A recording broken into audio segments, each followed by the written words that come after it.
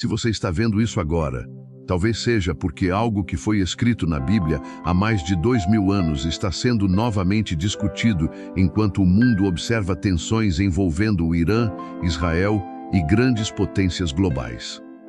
Quando olhamos para as notícias atuais envolvendo o Irã, Israel e alianças internacionais, muitas pessoas começam a fazer uma pergunta que se repete há décadas.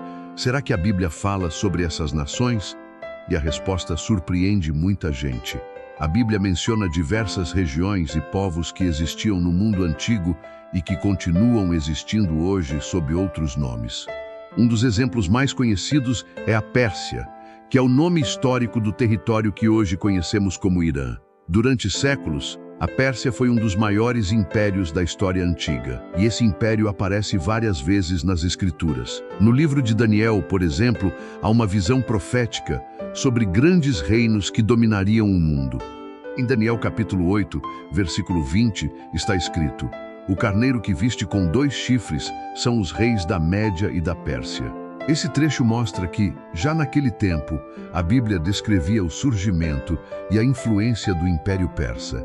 Historicamente, isso se cumpriu quando o Império Medo-Persa conquistou a Babilônia e se tornou uma potência mundial. Mas a presença da Pérsia na Bíblia não aparece apenas em profecias sobre impérios. Ela também aparece diretamente na história do povo de Israel. Um dos exemplos mais conhecidos é o rei Ciro da Pérsia.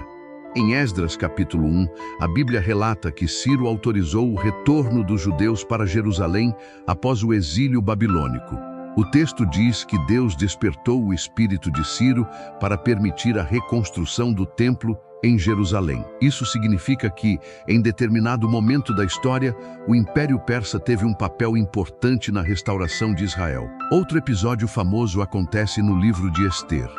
Toda a história do livro se passa dentro do Império Persa. Ester se torna rainha e, através de acontecimentos extraordinários, o povo judeu é salvo de uma grande ameaça. Esses relatos mostram que, desde os tempos bíblicos, a Pérsia e o povo de Israel já estavam ligados dentro de eventos históricos marcantes. Agora, quando avançamos para as profecias mais complexas da Bíblia, encontramos passagens que mencionam conflitos envolvendo várias nações ao redor de Israel. Um exemplo frequentemente citado por estudiosos é o capítulo 38 do livro de Ezequiel. Nesse texto, aparece uma lista de povos que fariam parte de uma grande aliança contra Israel. Entre esses povos aparece o nome Pérsia. Ezequiel 38:5 menciona diretamente: Pérsia, Cuxi e Pute estarão com eles, todos com escudo e capacete. Esse versículo tem sido debatido por estudiosos e intérpretes da Bíblia durante décadas. Alguns entendem essa profecia como um evento futuro, outros como uma referência simbólica ou histórica. Mas o fato curioso é que a região da antiga Pérsia continua sendo uma potência influente no Oriente Médio até hoje. Outro ponto importante é que Israel sempre teve um papel central nas narrativas bíblicas. A cidade de Jerusalém é mencionada centenas de vezes nas Escrituras. Profetas do Antigo Testamento frequentemente falavam sobre nações que se levantariam contra Israel ou sobre períodos de conflito na região. Por exemplo, o profeta Zacarias escreveu sobre tempos em que Jerusalém seria um centro de tensão entre as nações.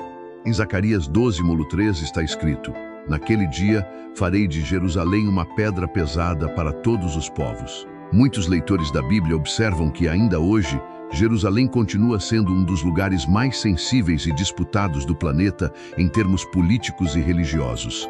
Ao longo da história moderna, alianças internacionais também passaram a influenciar o cenário do Oriente Médio. Uma das alianças mais conhecidas é a parceria entre Israel e os Estados Unidos, que envolve cooperação política, militar e estratégica. Essas alianças fazem parte do cenário geopolítico atual e são frequentemente analisadas por especialistas em política internacional. Para muitos estudiosos da Bíblia, acontecimentos envolvendo Israel sempre despertam interesse porque a nação aparece repetidamente em textos proféticos. No entanto, é importante lembrar que a interpretação dessas profecias varia entre estudiosos e tradições religiosas diferentes. Algumas pessoas acreditam que certas profecias ainda estão se cumprindo gradualmente ao longo da história. Outras entendem que muitos desses textos tinham aplicações específicas no contexto do mundo antigo. Mesmo assim, o fato de nações modernas estarem localizadas nas mesmas regiões mencionadas em textos bíblicos antigos continua chamando a atenção de milhões de pessoas ao redor do mundo. Quando observamos o cenário atual, vemos que o Oriente Médio continua sendo uma das regiões mais estratégicas do planeta. Questões religiosas, históricas, políticas e territoriais se misturam ali há milhares de anos.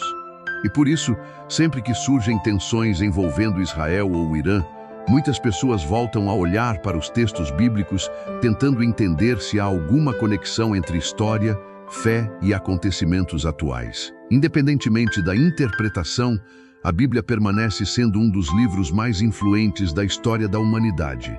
Suas narrativas atravessaram milênios e continuam sendo estudadas, discutidas e analisadas em diferentes contextos. E quando nomes antigos como Pérsia aparecem nas páginas das Escrituras e também nos mapas modernos do mundo, inevitavelmente surge a pergunta que muitos continuam fazendo até hoje. Será que algumas dessas antigas palavras ainda têm algo a dizer sobre os acontecimentos do nosso tempo? Milênios se passaram, mas os nomes das nações citadas na Bíblia continuam aparecendo nas manchetes do mundo. Se esse tema despertou sua curiosidade, escreva amém nos comentários. Isso ajuda mais pessoas a encontrarem este conteúdo. Inscreva-se no canal Viver na Palavra Hoje para descobrir mais conexões surpreendentes entre a Bíblia, a história e os acontecimentos atuais. E continue assistindo os próximos vídeos que estão aparecendo na tela. Eles podem abrir seus olhos para outras profecias que poucos conhecem.